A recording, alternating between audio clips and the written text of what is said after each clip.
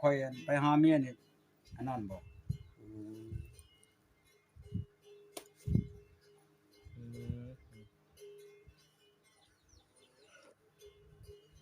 นี่ตาอันหมออันนั้นอยู่บนนี่โถ ไผ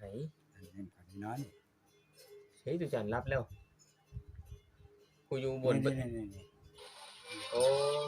เบอร์ไม่เลย ตาจะนั่น อืม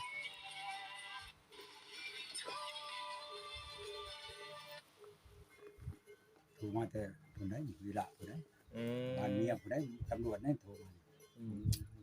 มึงเด้อกันก็เด้อ โดยเอาไป ไป หา หามันเข้านี่เนาะ โดยเมียผู้ใดมากับเมื่อโอ้ตัวระวังได้ตุจานได้ต่อเข้าไปนะไปมันมี วันที่5นี่นะวันที่5มื้อมื้อนี่แหละเออ น้ำรถมาโทรบอกให้เลยอยู่บ้านไม่ย่าที่ไปอันตะลอง มาล่างซอยเห็นบ่เอามาแล้วมาล่างนั้นหลุดนำได้เด้อ จริงแล้วของนอกรถขนาด เออ มองให้มันได้จริงนั่นดีใจนะ วันที่5นี่แหละจะตามมึงนี่นั่นเขาโทรมาบอกแล้ว นี่อันลงคลิปมันจะมั้งอย่าไปเบ้าเด้อบ้านนอนน้ำเมียเท่านั้นคนเขาคงเป็นอายเขาส่วน โอ้ยบางทีนี่ก็เป็นน้ำเมียนั่นแหละเจ้าอยู่ เห็นยุ อยู่บ่ได้น้ำมันน้ำข่อยนั่นด้วยสังคมแก่โพดเมียว่ะ เขาเบ้าในสิ่งที่มีเขาเบ้าในสิ่งที่บ่มีแล้วเขาอย่าเบ้านะ ตัวนี้แหละมันจังว่าเป็นน้ำเมียนั่นบ่แม่นจะเป็นเจ้าน้ำเมียนั้นไม่เท่าก็น้ำกันได้ไม่เท่ากับพ่อไม่เท่าอันนะนั่นแหละบัดนั้นสิโทรเออ อืม เช้านี่เราอยู่เวียง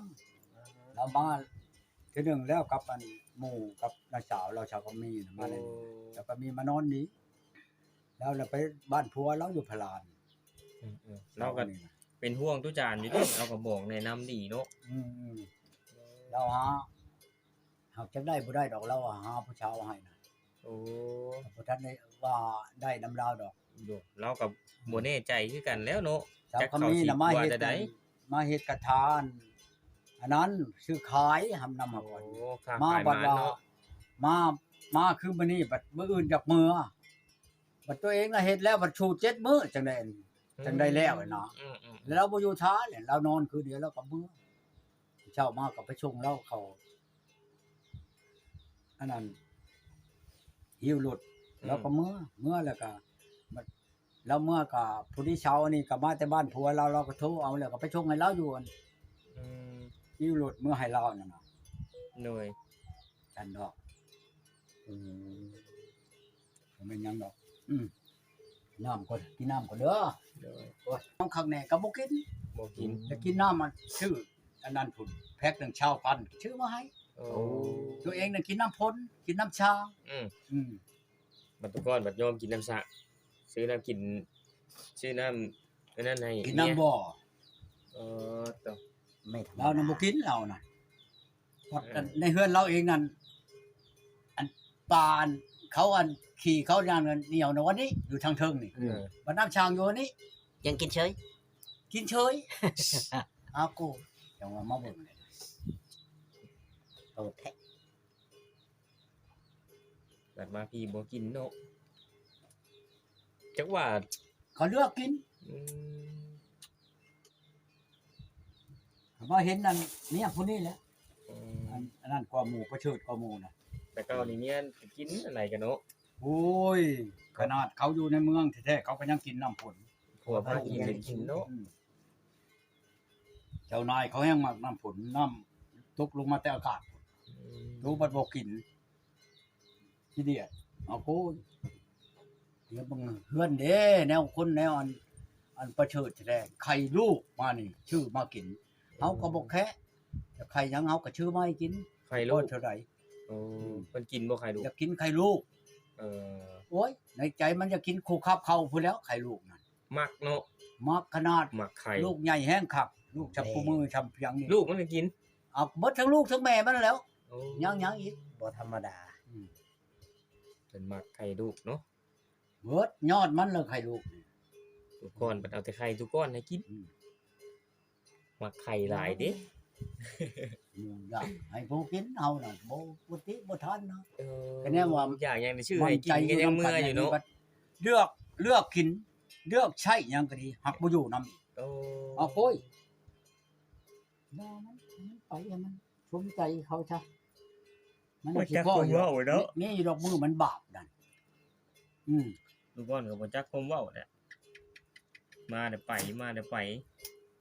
จับแน่เนาะของเฮา เสียเงินแต่งเสียเงิน จับเมียน เสียเงินไป เมียน หา ก็บ่แม่นหมู่เป็นโทษ เสียเงินแต่งเสียเงินไปหานี่ก็บ่ได้แม่นน้อย แต่งเมียได้ โอ้ย 5คน เจ้าว่าค่อยไปหาเมียนี่อันนั้นบ่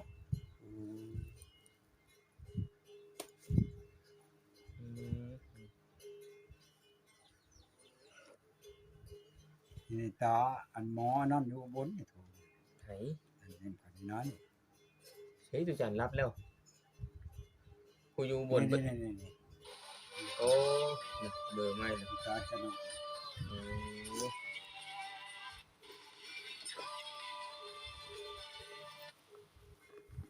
โทรมาแต่คนไหนวีระคนไหนบ้านเมียคนไหนตำรวจนี่โทรมามึงเด้อปันก็เด้อ โดยเอาไป ไป หา หามันเข้านี่เนาะ โดยเมียผู้ใดมากกับเมื่อโอ้ตัวระวังได้ตุจานได้ต่อเข้าไปนะไอมันมีด้วยนะโยกรับก่อนบ่ได้เด้ช็อตเด้โง่ไฟฟ้าจับลมตึ้มเราได้ไฟดูดมันไวปั่นไฟ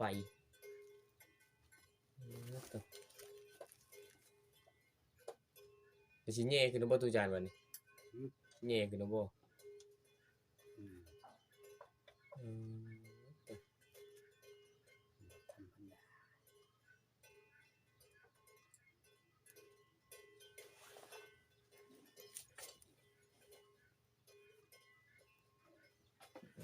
ก็ธรรมดา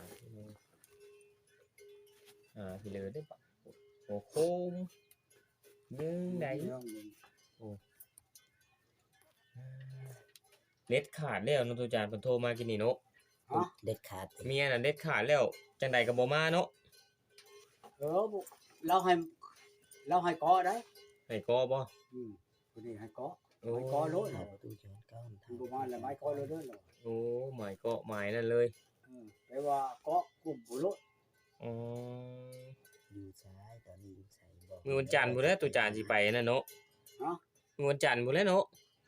เจ้าสิออกไปเว้าหั่นนะไปเฮ็ดเวียกนะ ก็เมื่อวันกัดที่จัดนี่ โอ้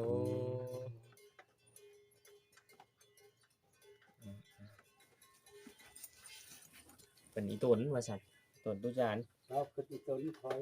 เบิดเงินไปหาก็หลายเด้ แต่กลางคืนเราคอยอยู่คนเดียวเรายังโทรมาเป็นไงเราอยู่กับไผอยู่คนเดียวโอ้ย เป็นห่วงเนาะ โทรมาปรึกษา หาร้านไปนอนน้ำแน่เรา แม่นแหละตุจาน ยันผีออกผีอำเราไล่แล้วแนวไหนเราเอานะ เรื่องผีนี่ตุจานบ่ย่านดอกเนาะย่านแต่เรื่องอื่นแล้ว เราบอกอะไรอยู่ดอกนี่ ตัวเรื่องผีนี่สิแพ้อาคมตุจานบ่แถวนี้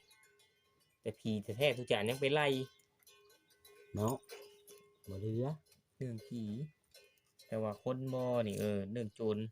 ขโมยอีหยังนี่แต่ว่านั้นเขามาหลายรูปแบบ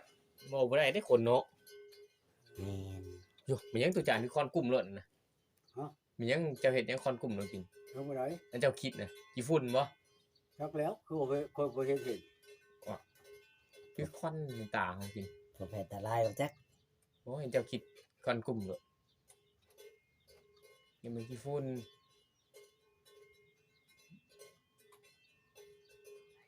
ตัวทันเลยแย่รวดเขานะ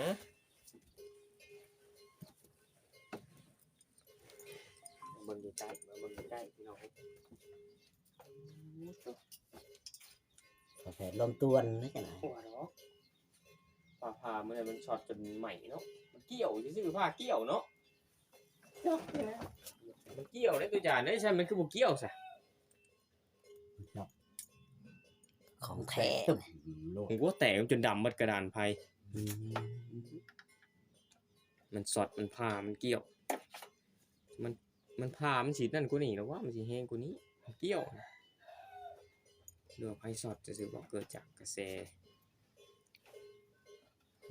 ตัวฝนถึกน้ำถึกมันได้ซอดอืม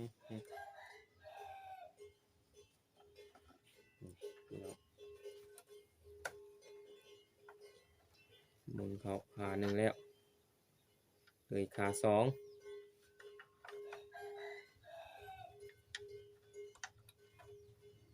อ๋อกล่องมาจอยแจ้งแท้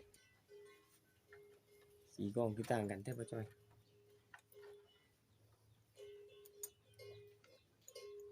ขาสามบ่ได้ เช็ดกล้องก่อนครับ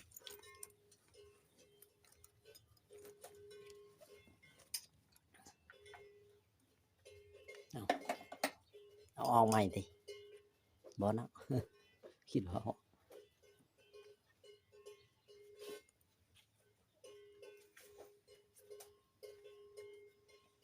ได้บนตุกได้ได้จิตตก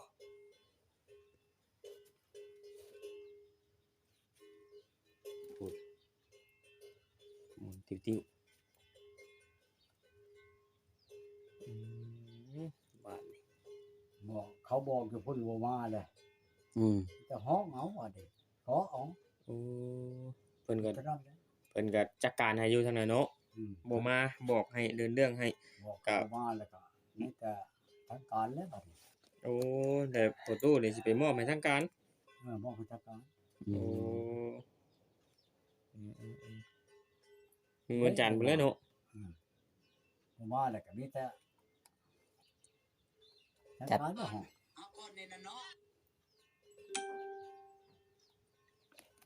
โอ้วันจันทร์แล้วสิไปอืม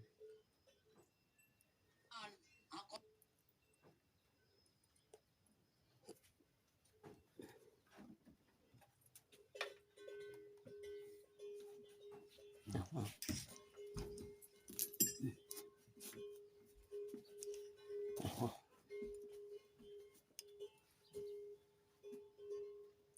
FC ตูจานแห้งหลายเด้พอแพทย์บ่ได้มาก็โทรนำให้มาหาตูจานว่ะหลายคนคนโทรอยากให้มาถ่ายคลิปเจ้านี่แหละอยากเห็นเจ้าว่ะ โอ้ยเขาเบิ่งค่อยนี่ อืม ม่วนได้ว่ะเจ้าเว้า แต่อันเขาไปลงอันนั้นเขาก็ยังโทรมาถาม เออเป็นจะได้คือบ่ไปหาตู้ก้อนแน่ว่ะไปถ่ายให้เบิ่งอีกแน่เด้อว่ะโอ้ยากเวียกได้ว่ะโอ้ยสละเวียกไปแน่เขาอะขนาดเฮาเฮ็ดเวียกเขายังให้สละน่ะยังให้มาหาเจ้านะ โหดจริง แม่นเอฟซีตูจานหลายป๊อดดอกบินไทยตูจานพูนี่ไว้แต่ละเดือนบ่น่ะทุกคนแต่ละเดือนบ่ตูจาน อันใด นี่บินไทยเจ้านี่ นั่นน่ะ โอ้ตก แต่ไผเข้าไผพุ่นแล้ว ไอ้เขาไพ่ บ่ได้ปาจัง อ๋อตกเป็น ข ปี วดเดือนใดขวดเบิ่งนหันฮู้จักพุ่นน่ะเดือนละใบนั่นบ่ แม่น บ่ได้ เดือน ได้ ละ ใบ ใบ แล้วหั่น หลายใบเติบ เฮ้ย โอ้บ่ได้ใช่ไหมจักกันโตได้อยู่บ่ล่ะวางเลยไฟฟ้า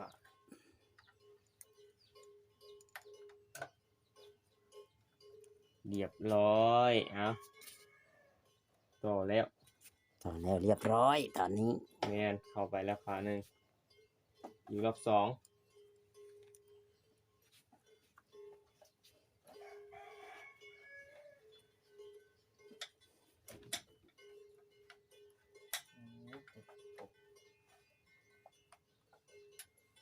ขาสองก็เรียบร้อย เรียบร้อยเอาสวิตช์ขึ้นบ่วะยังบ่ทันแล้วเด้จะสอง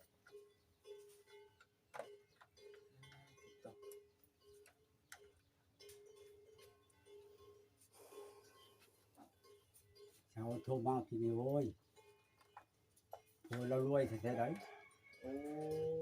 พลานนี่ โดย เรามาหาแต่เนื้อเถื่อนี่ไม่เข้าใจดอกเราบุกก่อนเนาะ ลองมือยาคอนกุ้งโยกคอนกุ้งนะ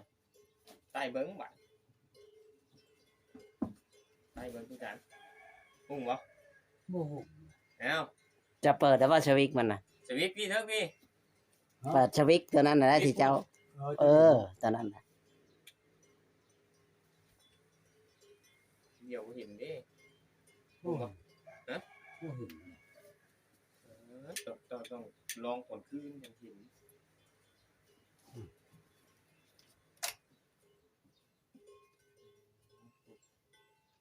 ผลขึ้นที่เห็นดูเนาะ ย่านดอกไผ่ขา เป็นตะเปียนดอกเอา ใช้แล้วจะเปลี่ยนดอก อันนี้ก็หูประตูหัวนี่ประตู เอ นี่ อ นะโอ้บุคือแถวะคือบุคือเจ้าคนบุคือเจ้าแท้คน ไม่ยอมบุกขึ้น บุคือบันได มันคนละคนวะ คือคนละคนนี่ผมเจ้าอยู่คนเดียวนี่นะอยู่ถาดโทนนี่ กูกิน ไปอยู่กับเมียได้ตัวนึง เพื่อนลาวนะพี่น้อง อยู่กับเมียคืออยู่เถอะหลอกขนาดนั่นน่ะแต่กูนี่นะนี่บุคือเจ้าตัวเนาะพี่น้องนะ เพื่อนเราอยู่พอดีขออนุญาตเบิ่งเพื่อนในแล้วประตู มะม่วงแผ่นไหนบ่จอยเอ้ย อ๋อ มะม่วงอ่ะทุกอย่างเฮ็ดเองกินเองเอาไปเบิ่ง ไปเบิ่ง นี่มะม่วง กินแล้วไป อ๋อตัวเฮ็ดเองกินเองเอา คือดำแท้ อกตาลกับพวกโอเคผมมากินมะม่วงแผ่นอันนี้ก็อาหารการกินทุกจานหอยไว้ยันแมว ยันแมวกินบ่ แม่น อืม แมวคือบ่เห็นแต่ทุกจานเดียวนี้ ฮะ แมวคือบ่เห็น ไร แมวอะนะแต่ก็ แมว หลายแท้ บ่ได้ มันไปทางใดล่ะ มันอยู่ได้โพ้นแมว อืม แต่ก็คือหลายแท้ บ่เด้อแมว ได้บ่หุ่งบ่ บ่ อ่ะลองเปิดมึงดูครับเอาสีเดียวเบิ่งนะ เบิ่งรู้เบิ่งให้แน่ บ่จอยเบิ่งดู พวกนั้นมันอยู่รถไถพวกไหน โอ้บ่จอยลองคิดนะ นี่แหละพี่น้องเรามาเปลี่ยนหลักไฟมันขาดกับจักประตู จักแล้วเราสิเปลี่ยนเนาะมึงตัวอันมันบ่ได้ขาดไม่ใช่ว่าตัวนี้บ่ลูกแล้วมันจะมันใช่ เป็นฉายมัน ลองเบิ่ง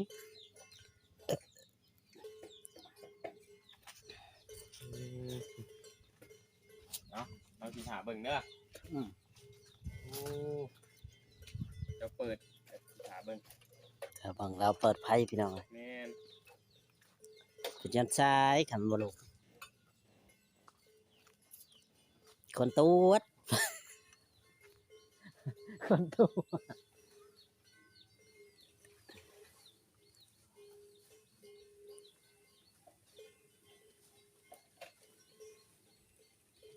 คนตัวนั่นแหละตูก่อนพี่น้องเอ้ย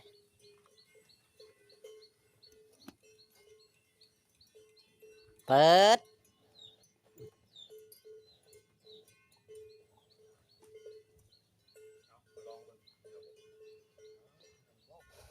แต่ตุจานเปิดแล้วบ่หมูหุ่งไหนตำม้อยอยู่นี่ฮะมิดสมินกินชะม้อยปานปล่อยเอียนน้องขี้ตม สายมันขาดกับจักต่อพิษกับจักตัวจานโอเคพี่น้องอะไรคลิปนี้ก็สิบ่มีหยังหลายอันที่เขาจะบ่ติด บ่มีหยังหลายพี่น้องเอ้ยเขาจบคลิปเพียงเท่านี้เนาะสวัสดีและสบายดีเนาะพี่น้อง